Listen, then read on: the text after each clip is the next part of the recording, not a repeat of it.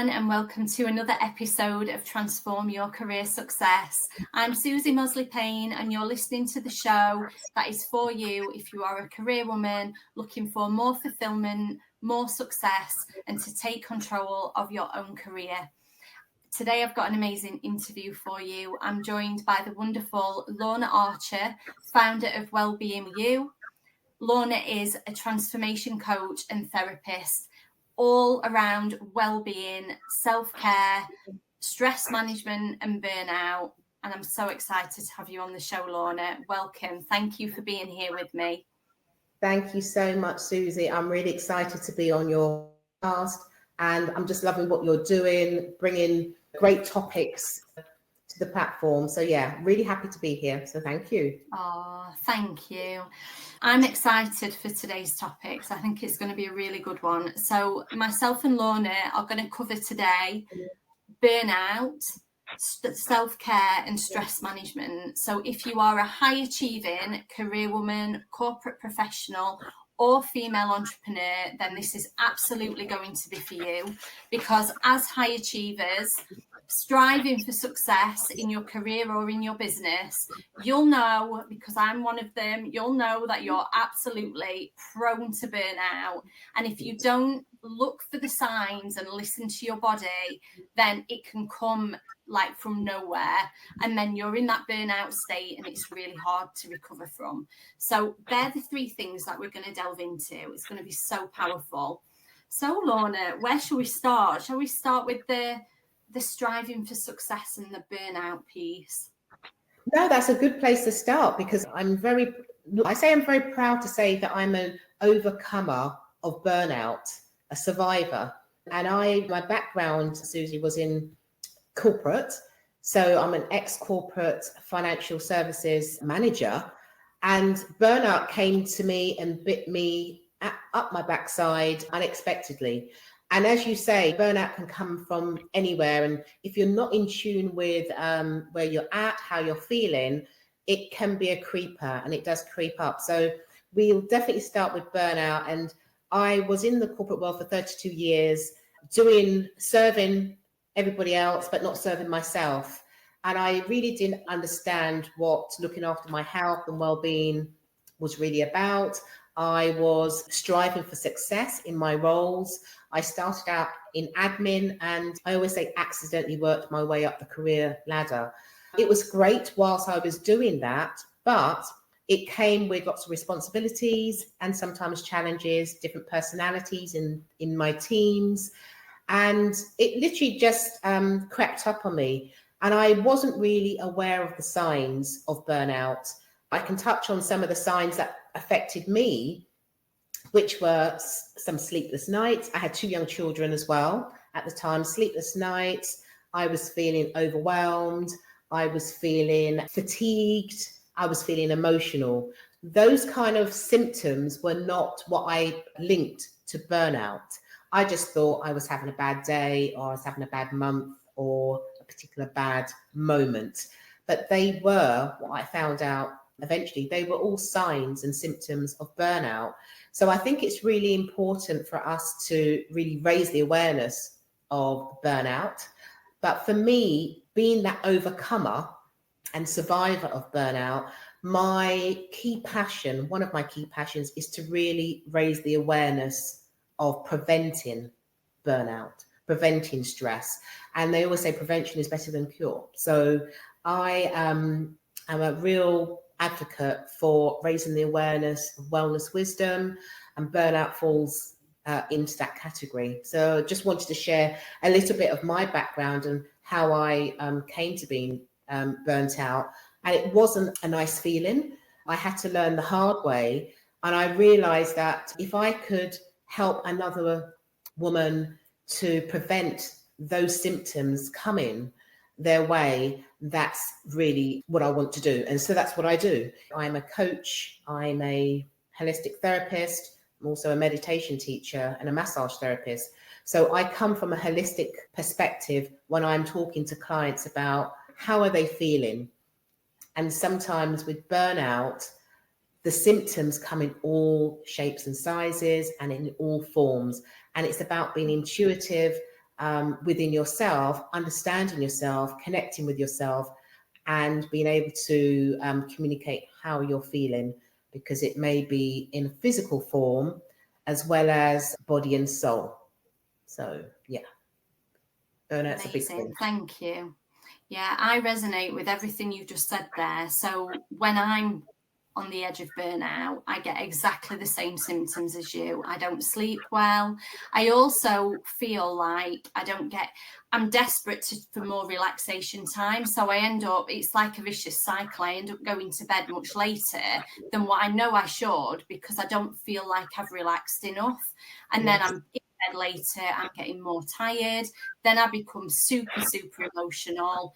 And it does creep up on you. But if you've really got to watch the signs early. The worst burnout for me is within the last couple of years, and I didn't listen to the signs. I've had early stages of burnout quite a few times throughout my entrepreneurial and career journey, and I would say I've caught it relatively early, but this particular time that I'm referring to, I didn't listen to my body at all, and I ended up getting COVID. And because I was already in this burnt out state, COVID absolutely floored me. I was in bed for a whole week with it. And then I ended up with a chest infection, and my whole recovery just took so long, like weeks and weeks, to get over it, because not only was I burnt out from the stress and the overworking, but I think it had such an effect on my immune system that I couldn't, my body told me enough was enough, I think, and your body doesn't it? It will shut down on you if you're not sensible and listen to it. Exactly. And I think it's really, and thank you for sharing that. And I think it's really important for us to remember we've only got this one body. And you think that's saying your body's a temple, treat it the way that we really should. But sometimes we're in this space of, I've got to get so much done. I've got to show up for this person, or I've got to get to work on time. And yes, we most probably do have to do all of those things. But remember that the body is a working function. It's doing all these things for us every single day. And when you're exerting it much more than what we should, you have to realize that at some stage it's going to either, as you say, shut down, or it's going to stop you in your tracks. And I think those are the things that we forget, that the body is there for a purpose and we shouldn't take anything for granted. Yeah. I think regardless of whether you're running a business or you're a career woman, if you're a high achiever, you want to go. You don't want to listen to your body telling you to slow down. No, I'm on a mission. I'm striving for my success. I'm smashing through my career goals. And your body's like in the background saying, listen, you've got to look after me a little bit more here. You can't perform at your highest potential if you're in a burnt out state. Yes. And I think that is one thing that I've definitely learned, that if I want to squeeze the most high performance out of myself, I have to look after my physical, I have to look after my mental health, my physical health, my mental health. I have to watch my burnout signs. I have to eat well. It's a whole, like you say, it's a whole holistic experience. Definitely. And when I am approaching burnout as well, I do fall into really bad habits. I'll start eating really unhealthy. I'll crave chocolate, have a little bit more wine than probably normal. So, there are things that you can keep an eye on, aren't there? So let's talk about how you can spot the signs of burnout, and then what you can do to help yourself if you see those early warning signs. And like you say, prevention is better than cure. Yes, definitely. I think you've hit the nail on the head with some of the things that you've just said. And I think it's important we want to achieve, and we all set our goals at the beginning of the year, and we've got our personal goals and we've got our professional goals. And I say, don't change who you are. Strive for whatever you need to make your life feel better and what have you. But I think it's important to have balance. And I think when I was in the corporate world, I was there 32 years. I was always wanting to ensure that I exceeded my goals or exceeded my targets. And I think, if I'll confess it now, I think I was a people pleaser back then. especially with my managers and my bosses, because I wanted to get that recognition or get that reward in some shape or form. And really, if I think about it, it was at all costs. So you feel the signs, you see the signs, you feel that you're not feeling your best, you see that you're feeling tired, or you're getting irritable, or you're losing patience, you're comfort eating, you're doing all of those things, but you've got the goal and the target still in mind, and not realizing that actually this is not actually helping me. And your managers or your workplace or even your family at home are not actually rewarding you in how you want to be rewarded. So those signs will creep up. And how the best way to prevent it is, I just say to myself, this is what I said to myself. I looked in the mirror, and the person who was staring back at me, I didn't recognize at all. So I did this mirror analogy in 2017, and I looked at myself and said, oh my gosh, who is this? And all that I was striving for, I think everyone's definition of success is different. And I didn't recognize who was looking back. And I just thought, what am I doing? What do I need? How can I help myself? And I think once you can connect with the core of who you are and understand what it is that you need, I think prevention can come easier, because you realize that to strive for success or to strive for an amazing life or relationship or what have you, you don't want to lose the essence of you in that process. And I think burnout, stress, overwhelm is where you do lose the essence of you. Sometimes it takes for you to hit that brick wall, which is the burnout wall, to realize, oh, actually, I can't go beyond this wall. I've got to do something. And until you take that time to step back, reflect where you are, that's when you can start looking at some realistic preventative measures to bring balance to your life. And success, for me, came easier once I stepped back, reflected, and reassessed where I was at, how I was feeling, asked for help. That then made the next steps easier. So I think the message I really would want to give to anybody is recognize some of the signs. If you are not feeling your usual self, what is that about? Is it to do with that you're doing too much? Is it that you're not giving enough to yourself? Are you not giving yourself time to be still? Are you eating unhealthily for a reason? Are you drinking a bit too much? Are you tired for a reason? There's something going on. And it may not necessarily be burnout. It could be that you're on the verge of burnout, or it could be that you're feeling quite overwhelmed or feeling the onset of stress. But you need to actually stop what you're doing to actually then be able to address that. And sometimes we don't stop. We feel that we need to keep going on because maybe we are people pleasers. Maybe those targets are going to have a knock-on effect if we don't meet those deadlines. So we keep going. But I always say we can easily be replaced at work. Yeah. I always used to remember that and think, I'm doing so much. But I knew that when I hit the burnout wall, it was, okay, Lorna, we recognize that you're not well, but it's okay. We'll bring in a temp and all this work will still get done. So prevention, I'd say, recognize the signs. And there are many signs which I've outlined there: sleep, pain in the body, headaches, comfort eating, drinking more, basically not looking after your well-being. They are little signs that something is amiss. And so it's a case of take a step back and address what's going on. I agree.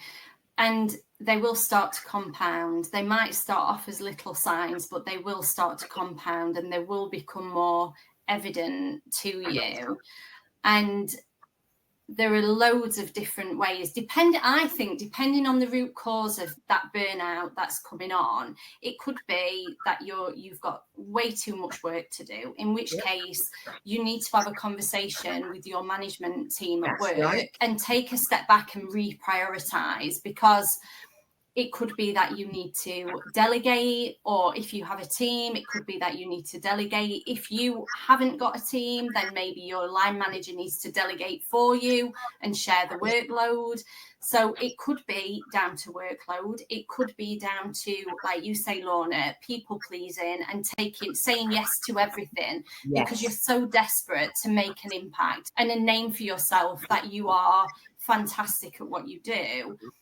And there's a real theme in career women. I see that a lot. There are a lot of career women who will just take on because they want to be seen as someone who can achieve and can do and the go-to person. But I think what I would say to that is be really true to your unique strengths and your unique value that you're bringing, either in your business or in your organization that you're working for. Because if you're taking things on in your area of expertise, then they're the more obvious ones to say no to anyway. The other thing could be boundaries. It could be that you're not setting boundaries. You're either not setting them to other people, or you're not holding them for yourself. And let's explore that a little bit more, because I do think the boundaries one is a real common one.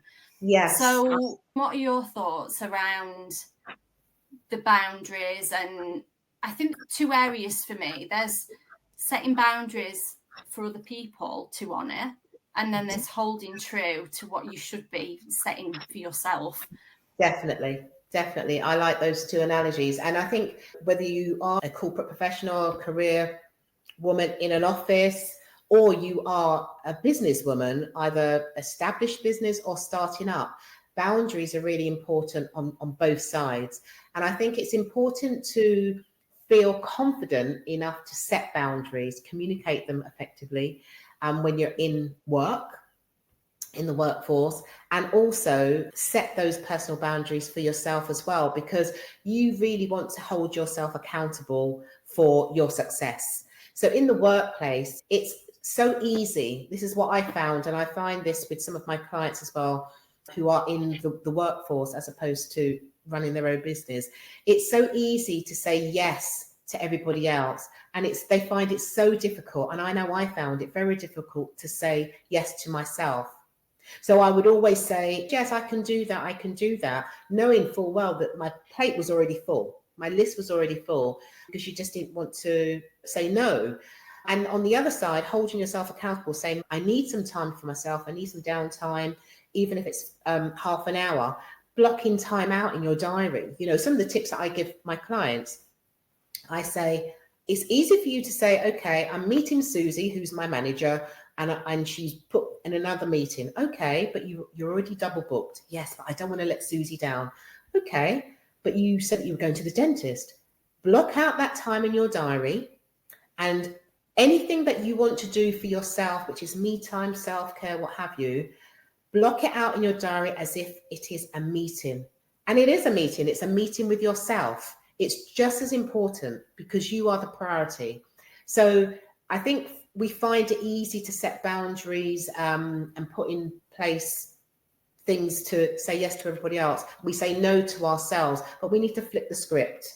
Say yes to yourself first, and I think it's about feeling confident and comfortable in yourself to be able to communicate, to say, actually, no, I can't do that today, Susie, or I've got X, Y, and Z on. My to-do list is quite long at the moment, and feel confident in yourself. But that can also take time, because not everybody feels confident enough to maybe challenge their boss or a team member. It's the same with running your own business. We are striving for success in our business, and it's important. You're going from, say, being an employee, maybe. I went from being an employee to self-employed, and when you're employed, you've got other departments, you've got other areas who can do X, Y, Z for you. When you are self-employed, a female entrepreneur, you wear many hats, and you're juggling so many different things. But in that space as well, it's very important to set your own boundaries to ensure that you have balance as a businesswoman, because it's easy, maybe just as easy, to be burnt out following your own passion and running your own business. So boundaries are very important, and I just say empower yourself as best you can to say yes to you first and say no to others if it's not going to serve you at that time. So boundaries are a thing that I always encourage my clients to have a look at, and I can show them best practice and realistic boundaries to set. And I'm telling you, once you start putting those boundaries in place, there is such a big shift. There's a big shift physically, but from a mindful perspective, the shift is real. And you start to just, from a physical perspective, you can start to see the ease and the relaxation that comes over someone's physical body once those boundaries are put in place. And it feels good. It really does. It does feel good. It does. In terms of one of the personal boundaries that you could set for yourself is the time that you go to bed at night. So if you know you should go to bed at, say, 10:30, but you see yourself staying up till midnight every night, it's going to have a knock-on impact on your health, and it's not going to help that burnout state. So hold true to your own personal boundaries, that you're going to get to bed at a reasonable time. You're going to eat healthy as well. In terms of boundaries for other people, it could be that I think clarity in terms of your daily priorities and goals is really key. So every night before I go to bed, I have a daily planner and I plan the next day, so that I get up the next morning and I can just get straight on. I can just seize the day, get straight on with it. And I include things on there like healthy habits. So like at the moment, I'm trying to eat healthier. I'm trying to get lots of water in. I'm trying not to eat too much chocolate, because I am a sugar monster. And and I'm trying to get a number of steps in every day. So like I schedule time for all of these things. I'll make a note that I need to take my vitamins, and they're things that really help me just stay on track and stay out of burnout. Yes. And when I let those things go, those healthy habits go, I do see a real negative difference. The other thing that I like to do is schedule time every day to do some kind of personal development. So whether it's watching a YouTube video, listening to a podcast, it really depends on my daily schedule. If I'm working from home, then I'll probably watch something while I'm getting ready for my day. So I'll watch something, I'll listen to something. If I'm commuting somewhere on the train or in the car, I'll download something, I'll listen to a podcast, I'll listen to an audio book. But I make sure every day that I'm getting some kind of growth in there, whether it's mindset growth or tangible skills.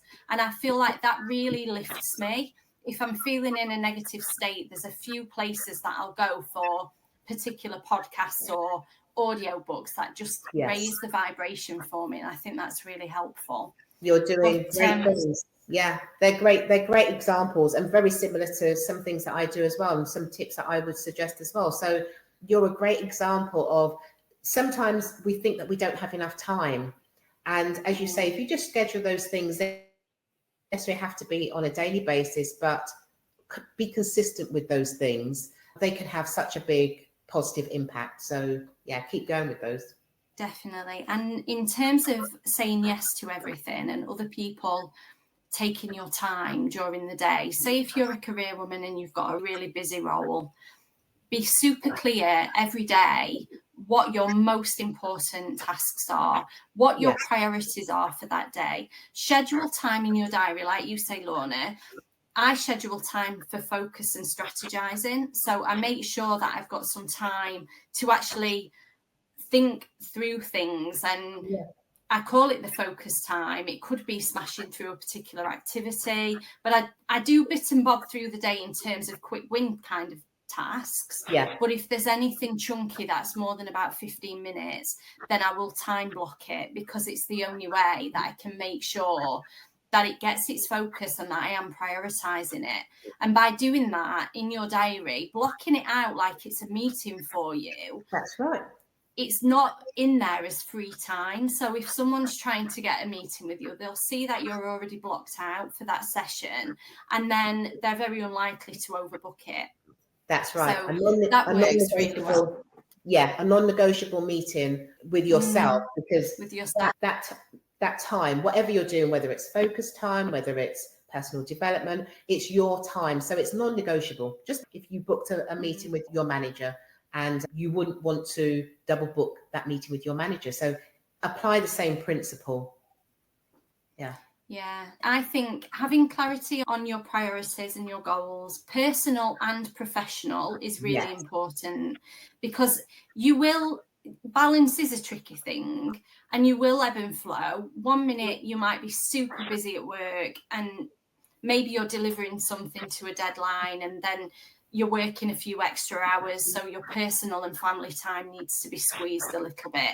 But that can't be consistently the case, can it? There's got to be an ebb and a flow. So when you're in that steadier state of working pattern, that's when you take a bit more time for yourself to build yourself back up. It can't be a constant sprint.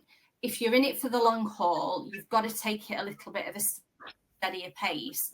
I personally, my kind of way of working is when I'm fired up for something, I'm all in and I go for it 100 miles an hour. And that really is a risk of burnout in itself. So I know that I can only go so far and for so long in that really high energized state, because the batteries just go flat at some point. Definitely. So I have to be very conscious of that. Early in my career, even in my 20s, in early 20s, I had way more energy than I do now in my 40s. However, I was still go, but at some point the batteries would go flat. And it's why I think it's really important to take time off, make sure you're having regular breaks. Don't be one of these people who never take your holidays from work. They're there for a reason. No. If you work for yourself, I know a lot of entrepreneurs will work on holiday and then it's the laptop lifestyle, but I don't encourage that, not unless you're having a lot more holidays than you normally would. I would say be firm with those boundaries as well. So when I go on holiday, unless there is something that I feel like I want to do, that laptop does not come with me, and I'm super clear that is my family time and that's my time to recharge. And then gives you the headspace as well to think about when you do get back to work, what are you going for? And you almost re-energize yourself in terms of going for a new set of goals. It's a good opportunity for that, isn't it? Definitely. You're spot on. You've covered what I would have said. Definitely. It's important I think you just have to realize that it's important to reset. As you say, you can't keep going. I think we're very much a society of doing, and we struggle with being. And I always say it's okay to just be, even if it's for half a day, even if it's for an hour. But I think we are trained in our minds to just keep going, and that's not sustainable. It's not sustainable. And that's why we have symptoms like burnout. And I think if I think about years ago when I was in my teens or in my early 20s, even my mid 30s, I didn't really hear a lot about burnout and overwhelm and stress. And it's become a thing, and we really don't want it to become a thing.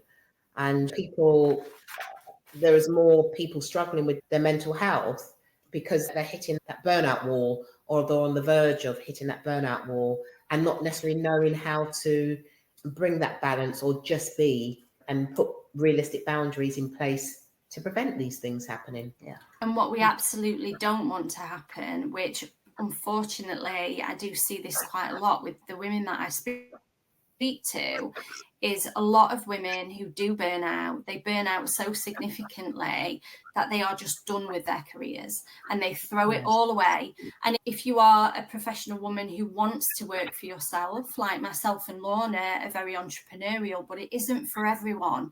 So if you want to stay in your career, managing that burnout is really key, because it really is quite sad when I see career women who feel like they've got no choice but to burn their career to the ground because they're so out of love with it. They're so physically burnt out. Their health is rock bottom. Their mindset is rock bottom, and their mental health, because of being in this state of stress, high achievement and overwhelm for so long, they just can't do it anymore. So they throw it all away and they do something different. And for the women who want to run their own business, absolutely amazing path to take. It's challenging, but it's amazing. But for those women who don't want to be an entrepreneur and run their own business, then there is a way to stay in your career and to fall back in love with it and to take control of your own career destiny. And boundaries, managing your stress, prioritization, everything that we've covered, it all contributes to you being in control and in those success foundations for yourself. Definitely. Is really key. Yeah. What about tips around stress management, Lorna?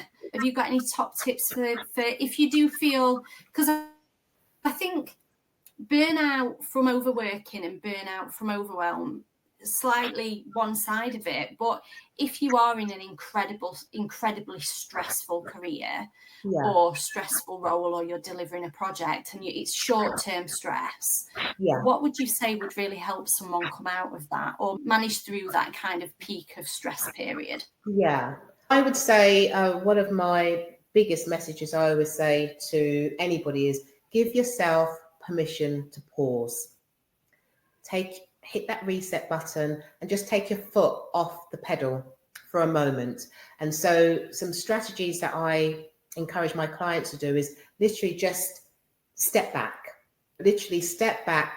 bring in some forms of stillness into your life. Meditation is one thing that really has helped me over the years. Not everybody's into meditation, but just really engaging and connecting with your breath. I always say our breath is our life force. Allow it to become your best friend. It helps on so many levels. The nervous system, the parasympathetic system, fight and flight. You want to go into a stage where you're really impacting your parasympathetic system, nervous system, where everything slows down, you're feeling more peaceful, you're feeling more calm. So your breath, allow it to become your best friend. It can help. Just a few deep breathing methods. Breathing in through your nose for 4, holding for 2, exhaling through your mouth for 4. Your breath. Meditation, journaling is another great tip. Sometimes we're going gung-ho with work. Our minds are full with so much, especially the to-do list. And sometimes we need to get out of our heads and put it somewhere else. So journaling is another great self-care tip, stress management tip, just to help you feel calmer, get out of your head. I always say do a brain dump at the end of a day, a busy day, or even at the end of a week. Use your journal to express how you're feeling, get those thoughts out of your head and just write. You don't have to write anything specific, but just write your thoughts and feelings. So that's another great tip, and I can explain more to anybody else who's interested in journaling. But meditation, journaling, breath work, a digital detox is a really good one as well. And not just necessarily a digital detox from social media. It could be from your own laptop. Just stop looking at the work that's coming in and just step away from constantly reading emails or engaging in what's going on in your business. It could just be for half a day. Shut the laptop and switch off. Going for a walk. Nature has so many healing potential, and using your breath in nature, the two go hand in hand. So going for a nature walk, you're physically moving your body, but actually taking in the surroundings of nature. Grounding yourself in nature, which is bare feet on the grass, has lots of great benefits. I also say, what else is another good stress management? Speaking up, speaking to somebody who you feel safe with, somebody who you feel that you can trust, where you can just share your thoughts of how you're feeling. If it's in the workplace, it may be somebody at work. If it's somebody at home, or it could be an external person who doesn't really know you, but will allow you just to express yourself. There are many other things. Taking a nice Epsom salt bath. Magnesium is really good for the muscles and for the body. So taking a nice relaxing bath at the end of the day, end of the week, put some music on, or just doing something that brings you joy. You might have a passion, a hobby. It could be dancing, it could be painting, it could be belly dance, anything that brings you joy, that is going to bring those real high level endorphins, that is going to make you feel good. those are a few stress management tips that I would say, just tap into something that is going to work for you, because some of those rituals or practices may not be for you, but you can find something that works for you. And when you find something that works for you, it's something that you know you can do consistently. It's not going to be a chore that you think, oh, Lorna said I've got to do some meditation, but I don't like meditation. If it's not meditation, it could be the journaling. It could be doing affirmations. It could be doing a vision board. Something that's going to nurture you, soothe you, and bring that peace, calm, and balance to you. And I would encourage anybody to look at what kind of rituals or practices that can bring balance to them if they are feeling stressed or overwhelmed. I think they're fantastic tips. There's quite a few that spring to mind for me. I love a spa day. That's my favourite. But we can't be doing that all the time. But that's like a one-off thing. But yeah, absolutely amazing tips that you've just shared there. Anything that works for you as an individual that really helps you just reset, like you say, calm. The breathing techniques is a great one. They're really good tips. And I think everybody's different, aren't they? So like you say, meditation might not be for everyone. I love the idea of the brain dump. That is exactly what I do. I have a notebook at the side of me and I write the most random stuff. As something enters my head, I write it down, and I find that every day the ideas flow, and it's just an incredible way just to clear your mind down, particularly at night. I would say as well, if you are the kind of person whose mind is on overdrive, particularly when you're in that stress state, you'll find that in the middle of the night when you're struggling to sleep, you'll be thinking all sorts, and things do feel more severe when you wake up in the middle of the night and you think about them. Have that journal at the side of your bed and you think of something, you write it down. It could be that you think of an item on your to-do list for tomorrow. Write it down. Consciously get it out of your brain, and you say to yourself, I've written it down now, I can forget about it and I can get a good night's sleep. Exactly. And that really works, doesn't it? Yes, it does. It does. So I'm glad that resonates with you as well. And it's a simple task, but very impactful. It is, absolutely is. Yeah, I feel like in the course of my career, I've gone through burnout so many different times, but all of these techniques, I guess you learn over time, don't you, what works for you? And I do feel I'm quite in tune with it now. I invested a lot of time through my 30s, really understanding my own skills, weaknesses, my own like Clifton strengths. I've had human design. The whole thing, understanding yourself is so powerful, because then you can start to work through. Yes. It is. You can start to think about what really works for you from a mindfulness perspective, a development perspective, whatever it is. But once you're in tune with yourself and to look for the signs around burnout or anything, when you feel yourself getting into a negative state, then being able to turn that around quickly before it compounds is so powerful. So powerful. Thank you, Lorna. This has been an amazing conversation. I loved it. Thank you. I've loved it too. It's easy. It's easy just to, I think when you're speaking about something that you're passionate about or that is purposeful and you know that it can support others, it flows easy. So it's been a great conversation. It does. I feel like I could talk to you for hours and hours. I really do, because there's so many great tips that you've shared, and I'd love to delve into more deeper into them. We'll have to do a follow-on. That sounds great to me. Happy to come back. Amazing. Oh, thank you so much for sharing all your wisdom. You've got an incredible business. For anyone watching or listening, please do check out Wellbeing Well You, and I'll make sure that I include links to Lorna's website. Lorna has an amazing freebie. I'll let you mention that, Lorna. You've got an amazing freebie that you're going to share with the audience, which is so great of you. Thank you so much. So do you want to say a little bit about that? Yes, I've got a freebie coming up, hopefully coming out towards the end of October, beginning of November.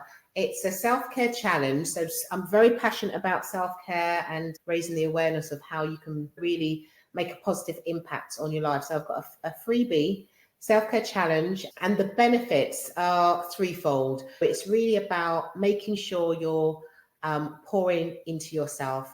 It's about ensuring that you are setting those boundaries that we talked about. It's about ensuring that you are being aware of how you are feeling. And I'm really going to be challenging you to hold you accountable. The transformation that will come from you actually being, as opposed to constantly doing, is going to be the biggest impact. And for some, it may be a bit difficult, but I also want you to come out of your comfort zone slightly so that you learn preventative strategies and techniques to help you if the signs of overwhelm, stress, and burnout are coming up for you. So this challenge is coming up, as I said, hopefully by November. There's more information on my newsletter. So if you want to sign up for the newsletter, you'll get the latest offers, events that are coming up, and this challenge. There's a wait list that will be coming up. So sign up for the wait list, and yeah, we're going to do it. So who's up for a challenge? I'm definitely going to be signing up, because it does sound really great. So thank you for that, Lorna, and thank you for spending the time with me. And it's been amazing. I'm sure everybody watching will agree that Lorna's given so many fantastic tips and value. I hope you've all enjoyed this episode, and I look forward to connecting with you all on the next one. Have a great week, everyone, and thank you again, Lorna. Thank you so much, Susie. Really enjoyed it. Love to see you again. Take care.